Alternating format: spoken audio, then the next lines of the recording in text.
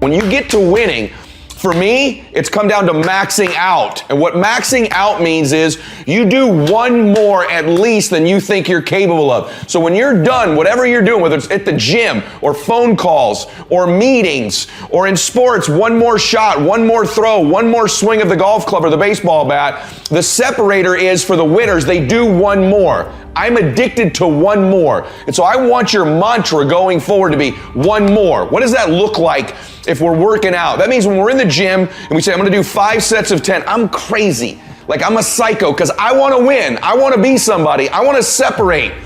I wanna compete. And the way I do that isn't with my giftedness, because I wasn't born with a bunch of gifts. And I think gifts are crap.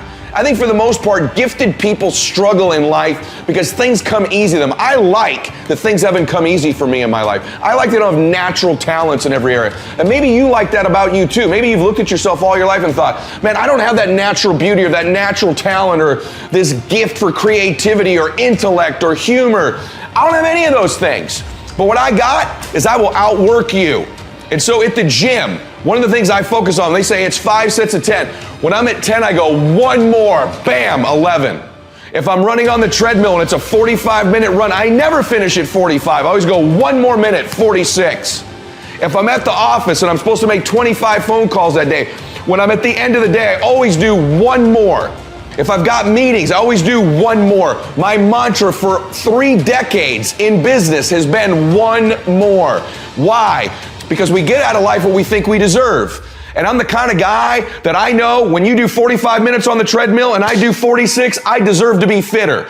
I know that when I'm lifting weights and I watch you do 5 sets of 10, and every single time I do one more. When it's a set of 5, I do 6. When it's a set of 8, I do 9.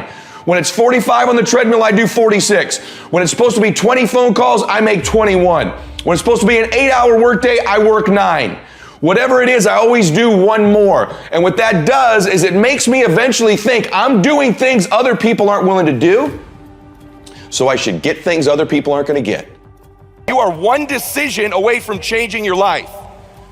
And you have to accept that. You're one new meeting, one new relationship, one new contact, one new action, one new decision away from shifting your life from where it is right now to a totally different place. So what's the decision? You already know. I could go backstage now. There's something you've been hesitating on. There's a contact you need to make, isn't there? There's a job you need to quit. There's a relationship you need to engage in. Maybe there's a relationship you need to leave. I don't know what it is, but I know there's a decision that you need to make to take you to the next level, just like I know that's true for me. Because decisions shape our destiny when they're backed up by some massive ass action. Okay, but you can't take the action if you don't decide. Everyone say yes. People avoid being desperate. Think of the fact they come here tonight and they're down. They're not where they want to be financially. Their relationships aren't what they want. Maybe they're in a desperate place, and you might think that's a negative thing. But when you're in a desperate place, you take the best actions. Desperation is a great place to be. Those of you that are achieving, one of the reasons the achievement is slowed down is you've allowed yourself to feel less desperate. When you were broke and starting your business, or when you were brand new in your relationship and you were desperate to get her to love you or desperate to get him to love you, you took massive big action. How many of you are moms in the room? Raise your hand. You moms, if you woke up tomorrow morning and your baby wasn't in their bed, would you be desperate right away, yes or no? Big time desperation. You wouldn't be thinking about what you need to do. You'd be acting, wouldn't you? You'd immediately make the decision. You'd take massive action. You'd search the house. You'd go into the street. Would you worry if your makeup was on right? How you looked, what people thought about you? You wouldn't, would you? Have to have the perfect plan to go find your baby that's missing. You wouldn't need any of that because you were desperate. So when you remove desperation, all this bullshit creeps into your life where you think you have to have the perfect plan and look the perfect way and have the perfect thoughts and be all zen and perfect. What you need is to be desperate. What you need is to get after it. And I want you to get desperate to make that decision. Why? Because our obsessions become our possessions. What you obsess about most regularly, you will eventually possess in your life. The challenge for most people, sisters and brothers, is that we obsess on the things we're fearful of, what we don't have, what we're worried about. And then we end up possessing those things over and over again, rather than programming ourselves to become obsessed with what we want, what our dreams are, what we believe we deserve. When we become obsessed about those things, long term, we end up possessing those things. Can I get an amen for that? Yes? Yet most of us don't replace the external parts of our lives because those things happen naturally without thought. The external results of our life, in order to replace ourselves with the next best version, requires intention, requires obsession, requires desperation. Everyone with me on that, say yes. So it's not unnatural to change. Your friends that think you're crazy to have started your business or come to a seminar or spend money you don't have, they're the crazy ones. It's unnatural to be the same person you are right now next year. For all of you in here, the 35-year-old you should be gone next year forever, and there should be a brand new, better 36-year-old. You 20-year-olds, there should be a better 21-year-old next year. You should constantly be replacing yourself, just like your bones do, just like your lungs do, just like your cells do. It's natural to be replacing ourselves, but we're around people who aren't, so we think it's natural not to.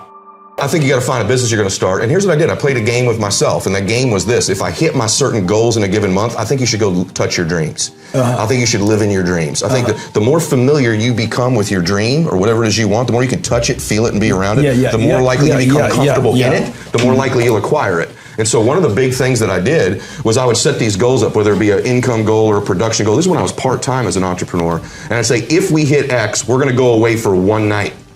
And that one night would be to a nice place. It might be like the Ritz-Carlton Laguna Beach, right, where I would go, or the La Quinta Resort in Palm Desert. And I'd do one night in my dream. I'd spend the $300 or $400. My wife would get a nice massage. Get a taste of it. And I'd go play golf. And guess who you run into those golf courses? You run into some rich dudes. And I'd run into those guys on the golf course, and I would get to know them for that weekend, that time. So it wasn't golf. You're touching possibility. You're living in your dream. The more you can touch it. If your dream is to feed 1 million people, spend one day a month actually in those charities feeding people. The more you get comfortable in your dream. So you don't wait until you're set to do it. You get little. You never do. You know this. Every little thing you've acquired, even getting Elena. You talked about how you chased her for 13 months. You got around her a little bit in the meantime, because the more comfortable she could get with hearing your voice messages are from you, the more likely she's going to get in your dream. Because you belong in your dream, but you have to touch it regularly before you get it. A couple ironic things about closing and selling that you may not have ever been told before, but I'm going to tell you. People don't have to believe what you're saying. Is that crazy? People do not have to believe what you're saying. In fact, too many of you spend too much time trying to get people to believe what you're saying. And you come across like a beggar because of it. You seem desperate. Who's ever trained you to get people to believe what you're saying doesn't get influence. There's a subtle difference that the great ones know. And you've probably never been told this before, but I know it. And persuasion is not about getting people to believe what you're saying. You ready? Persuasion is about getting people to believe you believe what you're saying. That's a subtle difference, brother. That's a subtle difference, sister. If you start to think through, I need to get people to believe I believe this, not to get them to believe it. People buy things all the time they don't believe. People buy things all the time they don't understand. That's okay. We want to educate, we want to train, but they don't have to believe everything you're saying. If they have to do that, you're going to look like you're begging all the time. They got to believe you believe it. That's a different intention. The most certain person always influences the less certain person. When you're exchanging with a recruiter or a client, they're either going to close you or you're going to close them.